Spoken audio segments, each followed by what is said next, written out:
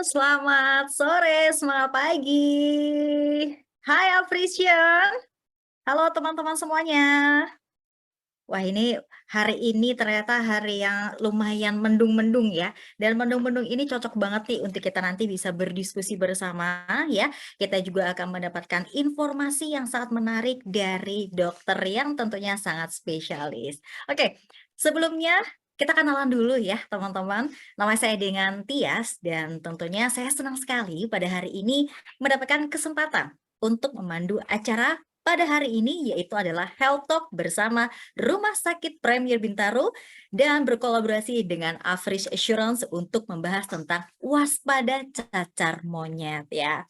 Namun sebelum kita mulai, saya ucapkan dahulu ya, terima kasih kepada Rumah Sakit Premier Bintaro yang sudah memberikan dukungan pada acara kali ini dan juga dari tim marketing dan juga tentunya dari speaker kita yaitu Dr. Ariska Sinaga sebagai narasumber dan nanti kita akan mendengarkan informasi yang tentunya menarik ya dari beliau. Nah, teman-teman semuanya, udah tahu belum mengenai Rumah Sakit Premier Bintaro ya? Rumah Sakit Premier Bintaro ini tentunya hadir dengan memberikan pelayanan kesehatan yang komprehensif dari berbagai spesialisasi unggulan yang dalam perkembangannya menjadi salah satu destinasi medis di Indonesia. Dan tentunya didukung oleh dokter-dokter yang kompeten, tenaga kesehatan yang profesional, dan tentunya dengan teknologi terkini. Rumah Sakit Premier Bintaro tentunya juga menjanjikan untuk selalu memberikan Anda pengalaman yang menyenangkan dan juga dengan memegang teguh filosofi pelayanan yaitu People Career for People, filosofi yang mengajarkan tentang keramahan dan empati akan layanan yang hangat dan penuh cinta sebagai awal dari pemulihan Anda. Oke, nah teman-teman, sesuai dengan informasi ya yang sudah kita share di sosial media, yang sudah share kita juga ke email rekan-rekan semuanya, hari ini tentunya kita akan membahas informasi mengenai cacar monyet. Nah, sebenarnya penyakit cacar monyet itu seperti apa? Seperti kita ketahui juga ya, ini lagi trending topik banget nih. Kalau sekarang ini nggak yang dibicarain cacar monyet, paling nggak COVID ya seperti itu. Tapi sebenarnya kita juga harus tahu detail mengenai cacar monyet ini seperti apa ya, gejala-gejalanya teman-teman ya, bagaimana penularannya, dan gimana sih untuk pencegahan dari penyakit itu. Karena kita harus tahu, jadi lebih baik mencegah daripada mengobati. Betul ya teman-teman ya? Oke, nggak berlama-lama lagi, kita langsung aja mengundang narasumber cantik kita pada sore hari ini, yaitu Dr. Ariska Sinaga, SPPD. Selamat sore, Dr. Ariska. Selamat sore, Mbak Tia. Sore.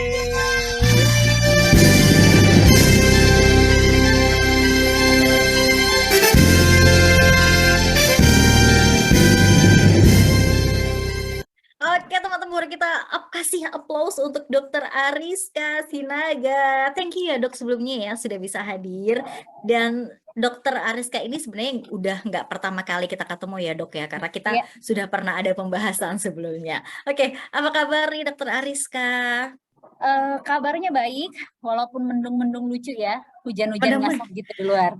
mendung-mendung sendu gitu kali ya dok ya? Iya, betul, betul, betul. Tapi saya harap walaupun sendu-sendu begini nggak memadamkan semangat kita ya untuk diskusi kali ini ya. Yes, betul banget. Waduh ini semangatnya udah membara banget nih Dokter Ariska ya. Semoga bisa menular ke teman-teman semuanya. Oke, sebagai informasi teman-teman ya, Dokter Ariska Sinaga, SPPD, ini adalah dokter spesialis penyakit dalam. Betul ya dok ya? Betul. Oke dok, boleh cerita sedikit dong dok mengenai profil dari Dokter Ariska. Silakan. Saya itu jadi program pendidikan dokternya di Unpad ya. Jadi anak Mhm. Bandung sebenarnya nih saya. Lalu Waduh, setelah selesai jadi dokter umum, akhirnya saya ambil spesialisasi penyakit dalam ke UI. Jadi berubah kota oke. lagi, jadi anak Jakarta. Jaksel waktu itu saya tinggal di Jakarta Selatan. Ya, Oke. akhirnya kalau sekarang saya praktek hanya di Rumah Sakit Premier Bintaro. Jadi kalau misalnya teman-teman, Bapak Ibu sekalian berkesempatan gitu berkunjung untuk berobat ya, Mhm, berkunjung untuk mhm. berobat ke Rumah Sakit Premier Bintaro boleh. Nanti kita bertemu di poliklinik ya. penyakit Yes. dalam. Ngobrol-ngobrol ya dok ya sama dokter Ya. Ariska. Oke, nah informasi yang saya dapetin juga nih dokter Ariska juga menjadi anggota dari Ikatan Dokter Indonesia dan juga Perhimpunan Ahli Penyakit Dalam Indonesia atau PAPDI ya kita sebut seperti itu ya dok Iya, ya? iya, iya, iya. Ya, Oke, betul, betul. jadi kalau kita lihat dari profilnya ini benar-benar kita ini berkonsultasi atau mendapatkan informasi dari orang yang tepat. Cantik gelis pisan gitu kalau orang Sunda ya dok ya. Hatur nuhun. Aduh, aku jadi bingung harus jawab apa. Oke deh dok, tanpa menunggu lama Oke. langsung aja ya kita Siap, pengen siap. mendengarkan nih informasi lebih dalam, lebih detail mengenai penyakit cacar monyet itu seperti apa. Oke, kami persilakan untuk dokter Ariska, mungkin teman-teman bisa kasih applause atau kasih emoticon ya. Oke, silakan dok. Oke, yuk boleh dibantu ya Mbak Tias. Oke, ini dia slide-nya. Jadi untuk pembahasan sore ini Bapak Ibu sekalian, sebelumnya saya ucapkan terima kasih sudah berkenan untuk hadir. Kita akan sama-sama belajar, berdiskusi juga tentang cacar monyet. Jadi saya ambil judulnya Waspada Cacar Monyet. Boleh selanjutnya? Oke, ini dia kurikulum vitae-nya. Seperti tadi sudah dibahas sama Mbak Tias. Boleh dilewatkan saja. Oke.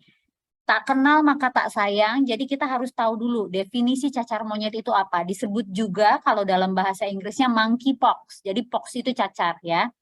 Nah, ini merupakan salah satu penyakit yang disebabkan oleh virus. Jadi cacar monyet itu penyebabnya virus. Virus ini ditularkan melalui binatang. Jadi virusnya itu dibawa oleh binatang. Nama penyakitnya tuh berarti zoonosis ya. Ini golongan penyakit zoonosis. Gejalanya mirip cacar. Oke, biasanya terjadi di hutan hujan tropis Afrika Tengah dan Afrika Barat. Jadi memang originate-nya pertamanya itu di Afrika. Ya, boleh lanjut? Nah, tapi sebelum dari Afrika, sebenarnya pertama kali ditemukan itu pada tahun 1958 di Denmark. Ya, 2 kasus seperti cacar pada koloni kera makaka. Nah, ini contohnya kera makakanya ini bisa dilihat ya. Ini kera yang saat itu sering dipakai sebagai hewan percobaan, ya, hewan percobaan. Nah, akhirnya ini yang pertama kali ditemukan pada monyet, makanya disebut sebagai cacar monyet. Jadi monyet penelitian ada gejala kayak cacar, oh ini namanya cacar monyet. Nah, ini kan pertama kali ditemukan pada monyetnya ya, pada hewannya. Bagaimana kejadiannya pada manusia? Ya, coba lanjut. Ini saya buatkan timeline atau lini masa KLB. KLB itu kejadian luar biasa cacar monyet ya Bapak Ibu.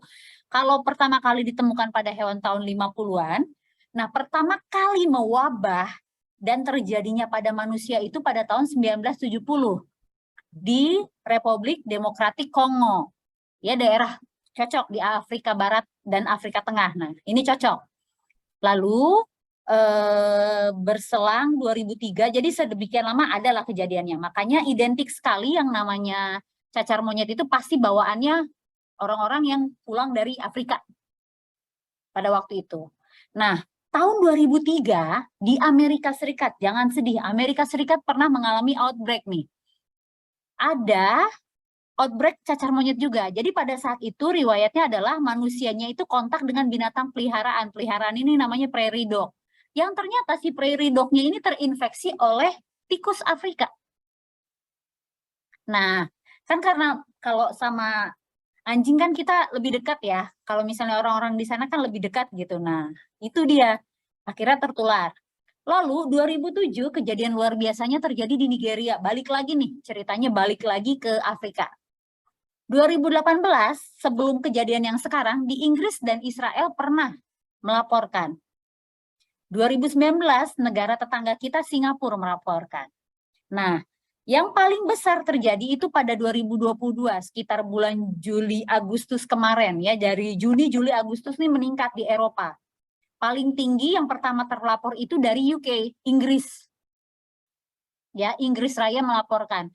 Lalu habis itu pindah ke Spanyol, Belgia, Amerika, wah udah. Nah, kasus pertama Indonesia muncul pada tanggal 20 Agustus. Jadi, kalau 2022 yang terjadi outbreak besar-besaran di Eropa itu sekitar Juni-Juli ya.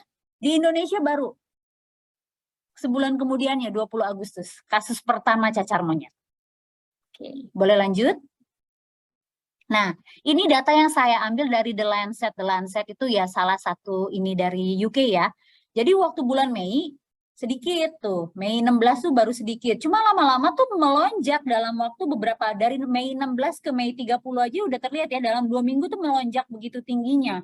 Sampai Juni pun masih begitu tingginya. Awalnya kasusnya paling 1, 2, lama-lama lama makin tinggi. Gitu. Dan kebetulan pada saat yang di UK itu lebih banyak terjadinya pada teman-teman komunitas LGBTQ ya, orang-orang homoseksual. Jadi sempat terjadi stigma bahwa penyakit ini hanya terjadi pada teman-teman LGBTQ gitu. Padahal salah. Nah, nanti kita akan bahas sebenarnya karena dari cara penularannya aja bukan karena masalahnya LGBTQ-nya, bukan ya. Jadi itu hanya stigma yang salah gitu. Yuk, boleh lanjut? Nah, ini dia. Sekjen PBB itu Pak Tedros Adhanom mengatakan bahwa dengan meningkatnya pada saat bulan Juni itu ya, waktu meningkat sekali kasus cacar monyet, beliau menyampaikan bahwa ini bukan public health emergency international concern katanya. Jadi tidak akan berkembang menjadi pandemi seperti pandemi COVID. Jadi pernyataan ini dikeluarkan untuk menenangkan, karena kan lumayan heboh tuh di Eropa waktu itu kejadiannya, outbreak-nya luar biasa, dari Inggris pindah ke Belgia, pindah ke Spanyol tuh lumayan heboh. Makanya ditenangkan oleh WHO mengeluarkan pernyataan seperti ini. Ya, pernyataan seperti ini kalau ini tidak akan menjadi emergensi internasional gitu, dan diharapkan tidak akan menjadi pandemi selanjutnya. Lalu ini berita yang pertama kali kasus cacar monyet terkonfirmasi di Indonesia. Jadi ini sudah terkonfirmasi, hasil pemeriksaannya memang menunjukkan positif monkeypox ya. Tanggal 20 Agustus ini saya langsung ambil nih, saya potong ininya ya, headline-nya. Yuk, boleh lanjut? Ya. Sebelum kita bahas lebih jauh, kita bahas penyebabnya. Jadi kan tadi disampaikan ini penyakit zoonosis disebabkan oleh virus. Virusnya virus apa? Virus monkeypox atau virus cacar monyet. Jadi kalau virus itu kan dulu kalau kita belajar biologi kita tahu. Jadi dia itu ada keluarganya, namanya keluarga virus apa? Virus orthopox virus. Dalam keluarga Poxviridae. Jadi pox itu keluarga virus cacar-cacaran lah. Nah, kebetulan memang ternyata dia adalah sepupu dekat, ya, sepupu dekatnya virus smallpox. Jadi si virus monkeypox ini sepupuan nih sama virus smallpox. Nah, ini yang menjadikan kenapa nanti pada saat terapinya memakai obat-obatan yang bisa dipakai untuk smallpox, Mbak Tias dan Bapak Ibu sekalian. Gitu, karena saking dekatnya hubungan kekerabatannya itu. Mungkin di gambar sebelah kanan kita bisa lihat bahwa ini bentuknya, bentuk virusnya kalau digambarkan secara skema. Beda ya kalau beberapa setahun yang lalu kita ngelihat virus COVID itu kan kayak bertanduk ya, ada spike-nya. Kalau dia tidak seperti spike, jadi seperti benjolan-benjolan kecil aja, seperti tubul-tubul aja tuh di sekeliling ininya. Jadi beda. Makanya setiap virus itu nanti beda-beda bentuknya. Nah, ini kebetulan begini nih bentuknya. Ya. Lucu gitu kalau saya lihat, lucu, ada ungu-ungunya lagi ya, kayak ininya Apris ya. Yuk, boleh lanjut. Oke. Jadi tadi kan disebabkan virus. Nah, yang membawa penyakit ini tuh hewan-hewan seperti apa? Nah, ini dia tupai, tikus, kelinci, primata. Merupakan hewan yang rentan terhadap penyakit ini, yang bisa membawa penyakit ini menjadi kayak pengangkutnya, ya. Jadi inang utamanya adalah rodent sebenarnya, pengerat, ya, golongan tikus, bukan monyet. Yang paling banyak justru kita harus waspadanya sama ini, tupai, tikus, kelinci tuh pengerat-pengerat. Nah, yang bukan monyet-monyetan yang paling banyak ya. Yuk lanjut. Nah, transmisi atau penularan. Ini yang tadi saya sampaikan yang tentang stigma yang kurang mengenakan ya. Kita harus tahu dulu transmisi penularannya seperti apa. Seperti kita ketahui kalau virus itu seperti virus COVID juga bisa bertransmisi atau bisa menular dengan kontak erat kan ya. Itu ya, Mbak Tias dan Bapak Ibu sekalian, kontak erat. Nah, jadi gini. Yang pertama, kalau misalnya ini penularannya dari hewan ke manusia. Jadi tadi kalau ada hewan-hewan pengerat, ada monyet-monyet tadi, bisa menularkan ke kita lewat apa? Lewat gigitan atau cakaran. Atau kita mengkonsumsi daging hewan yang telah terkontaminasi. Ya, dicakar, digigit, atau kita yang mengkonsumsi bisa terkena virus ini. Itu tadi hewan ke manusia. Lalu kalau antar manusia gimana? Kalau terjadi kontak erat dengan pasien yang terkonfirmasi cacar monyet. Ya, boleh dilihat di gambar sebelah kanannya itu. Jadi yang mesti kita hati-hati adalah, kan pada cacar monyet nanti akan timbul ruam ya, rash gitu. Timbul ruam, nanti keluar kayak cairan-cairan dari ruamnya. Nah, itu adalah bahan-bahan infeksius. Jadi itu bisa menular. Dari yang kayak ruamnya aja, lalu ada kalau sampai ruamnya pecah misalnya nih, lentingnya pecah keluar cairan-cairannya, itu juga infeksius Bapak Ibu sekalian. Ya, infeksius. Jadi, coba next. Tadi kan hewan ke manusia, manusia ke manusia. Lalu ada yang satu lagi penularan yang lain adalah bahan atau benda yang telah terkontaminasi oleh virus.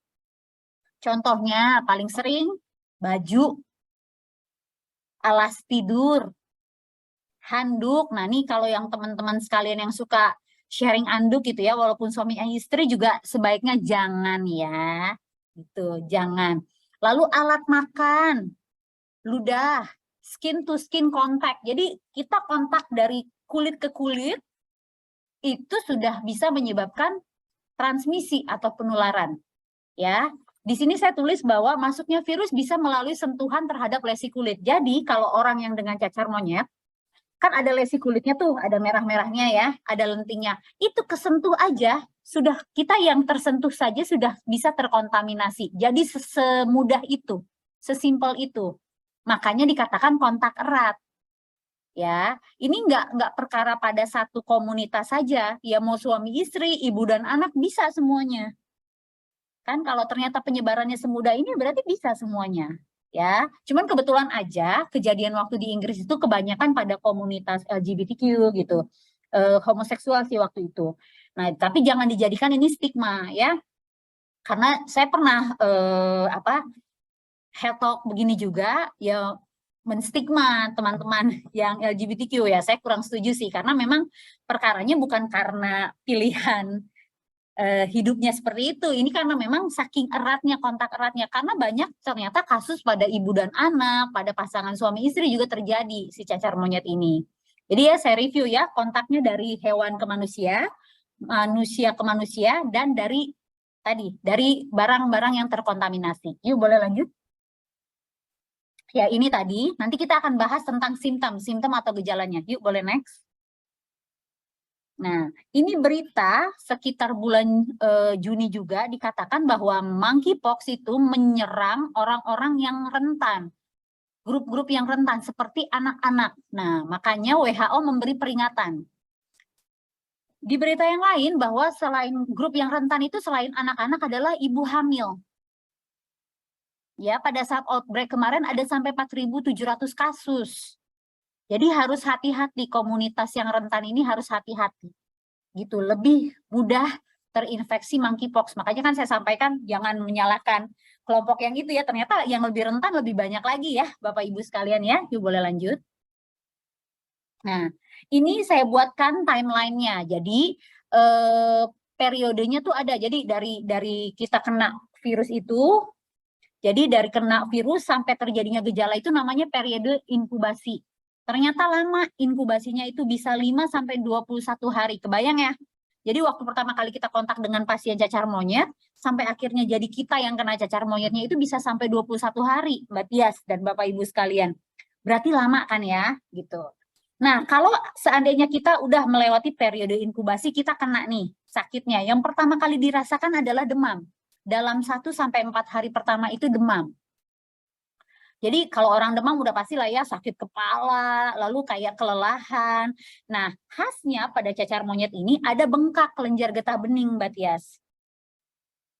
Bisa bengkak yang di leher, di ketiak, atau di sela paha. Pokoknya kelenjar getah beningnya, bengkak.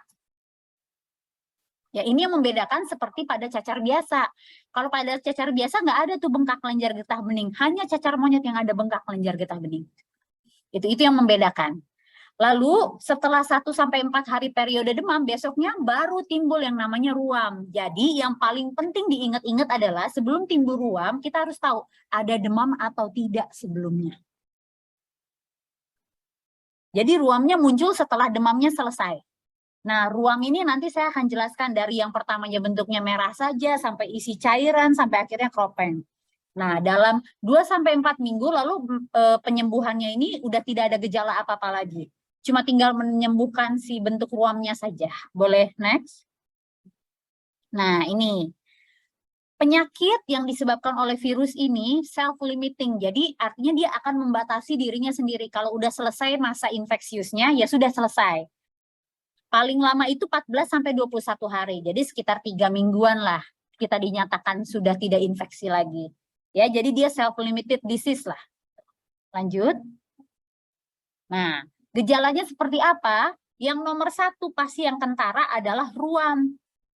Ruam atau lenting. Bentuknya bisa seperti jerawat atau seperti bisul. Bisa di mana saja, bisa di wajah, di mulut. Jadi kalau kita lihat di gambar yang sebelah kanan ini, 95% terjadinya di wajah. Jadi kelihatan banget, itu kalau kata orang Sunda mah kacida pisan. Jadi langsung kelihatan banget di mukanya itu ruamnya. Nah, itu bersyukurnya itu ya. Jadi kita bisa tahu, oh langsung kelihatan nih, jangan-jangan ini cacar monyet. Jadi langsung bisa dikenali gitu kalau misalnya ini. Lalu habis itu bisa terjadi pada tangannya. Ya, palm, telapak tangan. Lalu pada kaki. Nah, di bagian genital ini jarang ya, 30% saja. Bisa sampai ke anus, bisa genitalnya alat kelamin ya, bisa ke alat kelamin, bisa ke anus, bisa. Nah, gejala paling pentingnya tuh yang gampang dikenali ada ruamnya.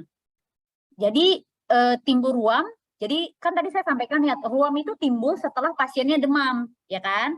Ya, jadi dalam 1-4 hari pertama itu keluhannya demam, sakit kepala, bengkak HGB, nyeri otot, menggigil. Nah, ini mungkin awal-awal kita nggak akan bisa mengenalinya dengan baik karena gejalanya mirip penyakit yang lain ya, Mbak Tias ya. Demam berdarah juga gitu, demam sakit kepala ya. Tapi pembengkakan kelenjar getah beningnya sih nggak ada.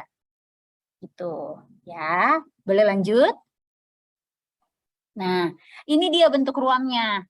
Saya coba ambil nih banyak dari kepustakaan, dari Cleveland Clinic, sama dari salah satu website di Kanada, bahwa pertama itu nggak langsung seperti lenting, biasanya mulai merah datar, ya. Terus beberapa hari kemudian dia akan seperti timbul gitu, timbul. Nanti di stage ketiga bentuknya lenting, jadi kayak cacar kan. Kalau cacar tuh kayak isinya dalamnya kayak ada kulit balon, isinya dalamnya cairan. Tapi cairannya masih bening. Nanti di stage keempat dia berubah menjadi pustul karena cairannya berisi nanah. Berisi nanah. Nah, kalau udah pecah pustulnya ini nanti dia jadi scab. Scab itu jadi kayak krusta, kering, keropeng. Gitu. Ini bisa dilihat nih, scab ini di bagian yang gambar sebelah kanan ini tuh yang kering tuh keropeng. Ya. Pustul itu yang lihat di atasnya seperti kayak nanah, kayak jerawat kalau udah mau pecah gitu ya, kalau udah mau mateng tuh warnanya tuh begitu nih, mirip banget. Gitu. Jadi agak nyaru-nyaru, memang harus dilihat dengan baik oleh dokternya sih. Jadi kita jangan self diagnose ya Bapak Ibu sekalian, harus dilihat sama dokternya. Kadang-kadang dipikir ini jerawat, nggak semudah itu. Karena paling sering di wajah seringkali kesalahannya adalah dianggap oh ini jerawat pustul aja gitu. Lanjut.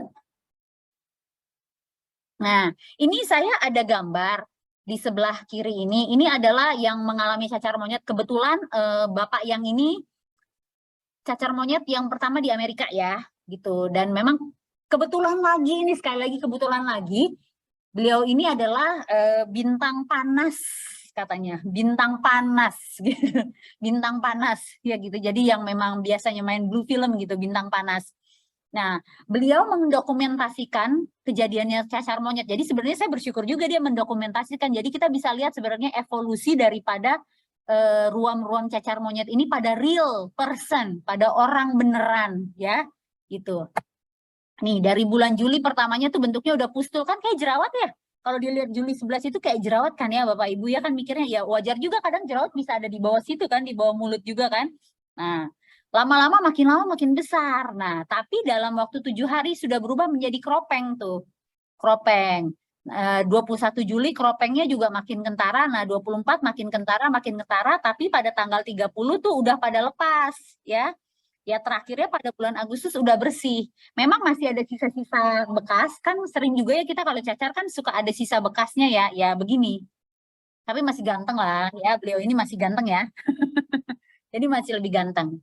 Nah, ini dokumentasinya. Jadi seandainya kalau kena, ya begini nih real time-nya nanti bentuknya seperti apa. Memang kalau Untungnya pakai masker ya, jadi nggak terlalu serem orang ngelihatnya kan. Kalau nggak pakai masker kan semua orang jadi takut nih ya Mbak Tias ya, Bapak Ibu sekalian ya.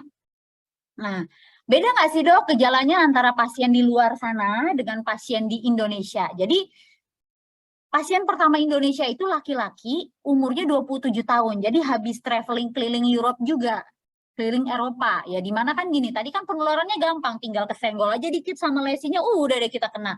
Ya imunnya lagi turun langsung kena. Nah, kebetulan mengalami gejalanya ringan dan memang diisolasikan. Jangan lupa, setiap cacar juga jatuhnya isolasi, tapi ini isolasinya beda dengan isolasi COVID ya Bapak Ibu ya. Beda, jangan disamakan. Jadi gejala yang dirasakan oleh pasien pertama di Indonesia ini demam. Kelenjar getah bening lehernya bengkak, lalu tadi di wajahnya, wajah ya, di wajahnya, ruamnya itu di wajah sama di kelamin. Gitu. Sama di tangan juga ada, cuman kayaknya nggak terlalu banyak ini tangan, yang di wajahnya nih, yang dari dokumentasi dari Sindonews itu yang paling banyak di wajahnya. Ya, jadi mirip-mirip lah sama Bapak yang di sebelah ya. Mirip-mirip sama temuan-temuan yang terjadi juga kemarin-kemarin ya. Yuk lanjut. Nah, bisa nggak sih cacar monyet ini jadi serius? Bisa. Jadi nanti komplikasinya penyakit ini bisa menjadi lebih ribet lagi dan bisa menjadi bronkopneumonia. Ayo loh, bronkopneumonia itu adalah infeksi paru-paru ya. Kalau tidak diatasi dengan baik, jadi sepsis atau infeksinya berat menyebar ke seluruh tubuh. Malah bisa naik ke dalam selaput otak sehingga menyebabkan radang otak. Kalau sampai ke kornea menyebabkan kehilangan penglihatan, tapi ini sangat teramat jarang. Ya, bukan sesuatu yang sering gitu, enggak. Jarang. Lalu lanjut. Resiko kematiannya pun di bawah 10%. Alhamdulillah ya. Paling banyak itu 3-6%. Jadi sebenarnya kalau dikatakan ini mematikan atau tidak, tidak. Tapi gejalanya akan lebih parah kalau dialami pada orang-orang yang rentan tadi. Anak-anak gitu ya, dan orang-orang yang belum divaksin smallpox. Ini untuk orang-orang di daerah endemi ya. Biasanya yang di Afrika tuh sudah divaksin smallpox karena takutnya akan banyak ini si monkeypox-nya ini ya. Lalu kematian terbanyak juga pada orang-orang ODA itu orang-orang yang hidup dengan HIV/AIDS ya. Gitu, penderita HIV/AIDS ya, karena imunitasnya kan sudah menurun kan disebabkan oleh HIV/AIDS-nya. Jadi ya kalau kena cacar sangat amat mematikan, bisa jadi berbahaya gitu. Dibandingin kalau kita sehat walafiat nggak ada masalah dengan penurunan sistem imun, biasanya nggak akan jadi begini. Gitu. Lanjut ya. Nah ini juga yang jadi pertanyaan, kapan harus ke dokter? Bukan mau promosi atau gimana, kapan harus ke dokter ini? Yang harus dilakukan memeriksakan diri jika ada gejala, satu, seperti cacar air. Terutama saat si lenting tadi yang berisi cairan berubah menjadi nanah. Ini mendingan segera diperiksain deh.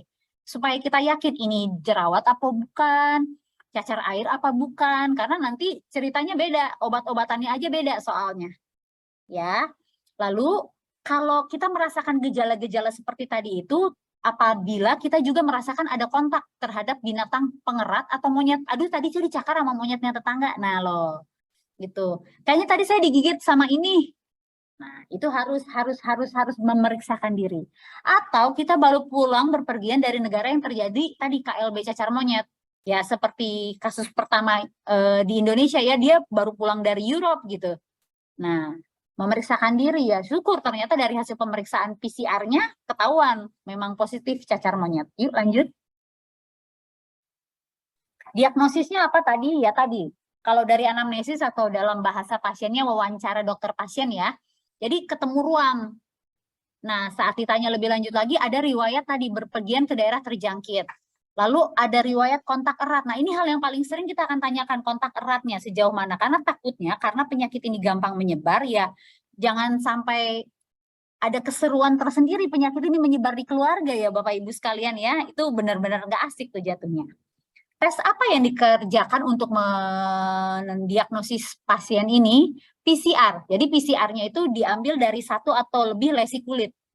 Jangan langsung kaget, dikit-dikit dengar PCR mikirnya COVID. Enggak, PCR ini adalah salah satu bentuk pemeriksaan yang bisa dikerjakan untuk banyak penyakit ya Bapak Ibu ya.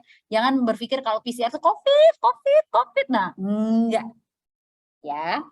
Jika diperlukan, bisa dilakukan kultur virus atau kultur dari jaringan kulitnya diambil di kultur. Tapi kalau kultur ini kan waktunya panjang ya. Kita nggak bisa langsung ketahuan dalam waktu beberapa saat gitu, 24 jam langsung ketahuan. Nggak bisa. Nah kalau PCR-nya untuk cacar monyet ini 24 jam selesai nih ketahuan. Gitu. Kalau kultur bisa butuh waktu berminggu-minggu. Nanti kelamaan nggak diobatin-obatin malah jangan-jangan udah sembuh sendiri. Karena penyakitnya kan nature-nya adalah self-limiting disease ya. Gitu. Lanjut. Pengobatannya yang paling penting isolasi. Jadi kalau ada penyakit ini diisolasi. Isolasi di sini nggak sama seperti isolasi COVID ya kalau sampai dirawat di rumah sakit. Karena kalau COVID harus tekanan negatif kan ya. Nah kalau ini nggak harus. Tapi ada baiknya kalau di rumah ya nggak beda sih sebenarnya. Cuma ya tadi karena kita mengisolasi sendirian, jangan rame-rame. Kalau isolasinya di dalamnya masih ada anak, masih ada istri, jangan pisahkan ya karena kan memang tadi penyebarannya tuh hanya dari kontak aja bisa bertransmisi kemana-mana, itu yang dikhawatirkan. Lalu pengobatannya intinya adalah simptomatik dan suportif. Jadi kalau simptomatik ini maksudnya kalau ada gejalanya apa ya kita obati gejalanya. Suportif berarti biasanya ya untuk mensupport pasiennya. Sebagian besar sih perbaikan sendiri, nggak harus dikasih obat antivirus pun rata-rata perbaikan sendiri. Gitu. Kalaupun ada kemungkinan kita harus memberikan antiviral itu atas keputusan dokter ya. Kalau gejalanya memang berat gitu ya udah kita kasih antiviral. Biasanya kalau yang ringan dia self limiting tadi akan perbaikan sendiri. Kalau berat baru ini dia turun obat antiviral viralnya. Di Amerika tuh pakai tecovirimat ya atau brincidofovir. Di sana ini dijaga ketat nih, jadi nggak bisa sembarangan beri over the counter gitu, nggak boleh sembarangan beri toko obat, nggak bisa. Jadi harus bertemu dengan pusat dinas kesehatan CDC-nya itu baru nanti ditegak diagnosisnya baru keluar obat itu. Gitu. Jadi nggak gampang. Nah, awal-awal waktu terjadi waktu terjadi KLB yang di Eropa pada bulan Juni itu, jadi pasien cacar monyet pun merasakan kesulitan untuk mendapatkan terapi ya waktu itu. Susah, namanya juga kaget, cacar monyet di Eropa nggak cocok nih cacar monyet di Eropa kok kayaknya nggak mantes gitu ya. Itu mereka juga sulit waktu pertama kali itu, UK itu sulit, Inggris itu sulit banget. Ya pasiennya datang ke rumah sakit malah disuruh balik lagi ke rumah gitu. Jadi jangan sedih. Jangan sedih. Namanya juga pertama kali timbul outbreak, mereka pasti juga kaget ya. Gitu. Lalu bisa dilihat kan obat tecovirimat sama brincidofovir ini adalah obat-obat yang ditujukan untuk terapi smallpox karena saking dekatnya kekerabatan monkeypox dan smallpox, jadi bahkan obatnya si smallpox saja bisa diberikan pada pasien-pasien monkeypox. Gitu. Jadi sangat-sangat akrab gitu ceritanya ya. Nah, kalau di sana sudah memikirkan vaksin. Jadi vaksinnya contoh nama vaksinnya ACAM 2000 dan Jynneos. Ini vaksinnya, asal Bapak Ibu tahu sekalian Mbak Tias ya, ini dijaga oleh Departemen Pertahanan. Karena nggak boleh sembarangan diambil begitu saja. Saking ini barangnya barang susah didapat. Ya, barangnya susah didapat. Jadi kalau waktu kasus ini terjadi di sana tuh dijaga sama Departemen Pertahanan. Nggak boleh sembarangan nih defense. Nggak boleh sembarangan nih dipakai. Pokoknya harus pakai izin dan sebagainya. Ya, gitu. Next. Nah, pencegahannya. Jadi karena memang tadi nature-nya penyakit ini self-limiting, bisa membatasi dirinya, lalu terjadinya perburukan juga tidak seheboh itu, angka kematiannya juga tidak banyak, kita bisa mencegah, mendingan jangan sampai sakit deh ya, tadi kan, mendingan jangan sampai sakit, kita bisa mencegah, caranya gimana? Pertama, perilaku hidup bersih dan sehat, paling penting cuci tangan. Ya, karena apalagi dengan kondisi yang sekarang ini kontak kita kayak cuma bersentuhan sama orang aja. Kalau kita mohon maaf nih naik Transjakarta kan, lu bisa kanan kiri nempel ya, bunda sekalian ya, gitu kanan kiri nempel, di belakang nempel gitu ya. Itu harus hati-hati. Jadi kalau kita memang udah kontak dengan barang-barang apapun itu, udah cuci tangan. Nah, lalu menghindari kontak fisik dengan orang yang terinfeksi. Jadi kalau kita udah tahu nih dia terinfeksi, seseorang ini, jangan malah makin dideketin. Yang ngerti sih kalau mau nolongin pun, kalau kita mau mengurus orang-orang yang sakit ini ya kita mesti pakai segala macam alat perlindungan diri ya, APD ya. Jangan adu nyali. nggak pakai perlindungan diri ya Bapak Ibu sekalian, nggak boleh adu nyali, jangan sok sakti kalau saya bilang itu, nggak boleh sok sakti karena nanti kalau udah sakit repot juga, walaupun penyakitnya nggak terlalu heboh. Lalu menghindari kontak dengan hewan liar atau konsumsi dagingnya. Ini untuk para pemberani dan tangguh, berhati-hatilah kalau mengkonsumsi daging-daging hewan-hewan tertentu gitu. Jadi jangan sembarangan. Memasak bahan makanan. Kalau daging tadi itu ya harus beneran mateng, jangan setengah mateng. Nah, kadang kan kalau cuma dibakar aja kita nggak yakin ya ini sebenarnya udah matang atau belum ya. Kalau gosong nih, aka matang atau belum. Nah, lalu pelaku yang baru kembali dari daerah terjangkit, segera periksakan diri deh kalau ada gejala demam, ruam atau bengkak, kelenjar getah bening. Jangan nggak periksa ya. Jadi kalau ada sakit apapun mending periksa aja biar tuntas, biar yakin kalau ini bukan penyakit tersebut gitu. Ya, lanjut. Oke, ini sedikit penutup ya Mbak Tias ya. Jadi dengan hadirnya cacar monyet kita sebaiknya waspada. Ya, ini bukan untuk menakut-nakuti, tapi dengan adanya head talk kali ini kita biar waspada Bapak Ibu, biar tahu gitu, biar sama-sama belajar oh begini loh gejala cacar monyet, dan juga diharapkan jangan stigma pada kelompok tertentu karena memang bukan karena itu kan kita tahu ya penularannya seperti apa. Dan kalau ada gejalanya timbul jangan self diagnose, mending dikonsultasikan aja. Karena khawatirnya kita self diagnose kayaknya saya cacar monyet. Ternyata enggak loh. Kalau ternyata enggak kan sangat sayang sekali gitu ya. Dan juga obatnya beda gitu. Kalau ternyata bukan cacar monyet tapi cacar air, nanti obatnya beda. Bukan tecovirimat lagi. Ya, kita akan pakai obat yang lain. Jadi jangan sampai salah nanti dalam penanganannya. Jadi lebih baik apapun itu segera konsultasikan ya. Biar lebih aman. Tuh, you next. Udah nih kayaknya. Dari saya selesai sih, Mbak Tias. Mangga saya kembalikan lagi sama Mbak Tiasnya.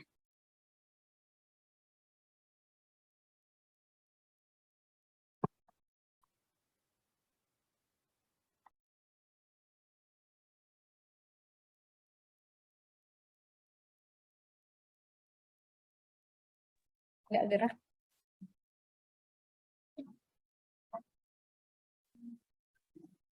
Halo.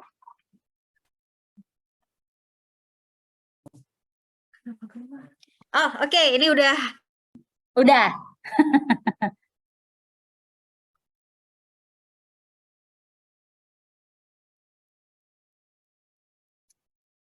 Oke, halo. Halo Dokter Ariska. Halo. Udah dengar suara Oke. saya?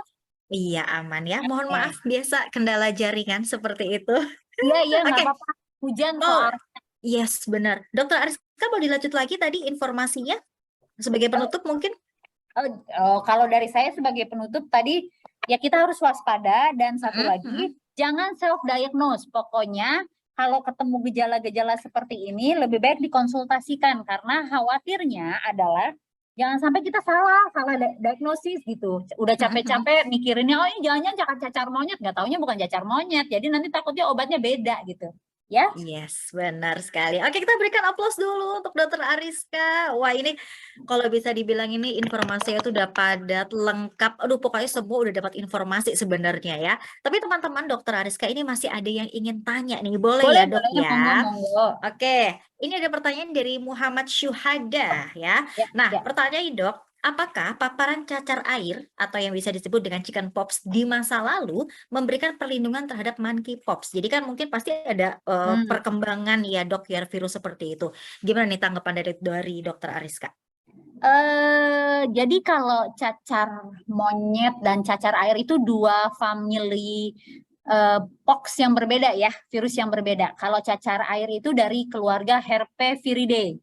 Kalau ini Poxviridae-nya beda. Jadi kalaupun kita terpapar cacar air, belum tentu kita akan aman saat kita terpapar cacar monyet. Jadi nggak bisa memberikan keamanan. Kalau kita udah kena terpapar cacar air, aman nih, saya nggak bakal kena cacar monyet, enggak. Kecuali kita sudah pernah divaksin smallpox, itu masih bisa memberikan keamanan terhadap paparan cacar monyet. Gitu. Cuman kan memang kalau di Indonesia vaksin smallpox bukan vaksin yang utama, iya gitu. Jadi kalau mau nambahin monggo gitu, tapi bukan jadi vaksin yang utama. Lagi pula kenapa nggak banyak dipakai di Indonesia vaksin smallpox ini, karena kita bukan negara yang endemi ya, maksudnya bukan negara yang Oke. sering terjadinya outbreak cacar monyet gitu, karena kan memang banyaknya di Afrika. Jadi bukan jadi pilihan utama lah ya, begitu. Oke, tapi untuk meminimalisir boleh sah-sah saja ya Dokter Rizka ya. Boleh. Oke, Ya. jadi kalau bisa dibilang ini namanya cacar itu masih satu keluarga, satu family gitu ya, pasti mungkin Ya. ada kemungkinan terjadi. Oke, pertanyaan selanjutnya nih Dok, dari Mbak Cika nih, apakah cacar monyet apabila sudah diderita dapat kembali lagi sewaktu-waktu di kemudian hari? Dan apakah ada vaksin bertahap atau pencegahannya nih? Thank you. Kalau vaksinnya ada, memang itu yang Geneo sama ini vaksinnya ada, Yang 2000 tapi tadi ya itu ya? ya ACAM 2000. Ah Jadi, ya. kalau dikatakan bisa terpapar kembali, bisa. Ini bukan tipe-tipe yang kayak kalau udah sekali kena kebal, enggak. Jadi masih bisa, ada kemungkinan. Ya. Oke. Cuman tadi berarti yang harus kita ini adalah imunitas tubuhnya. Hati-hati pada populasi-populasi rentan, itu akan lebih gampang terpapar lagi. Oke. Jadi benar-benar jaga imun itu yang paling Betul, penting ya. betul. Mau dimanapun berada, walaupun di Indonesia sendiri, tapi kalau misalkan kita imunnya lemah, bisa aja gampang terpapar Bisa. gitu ya.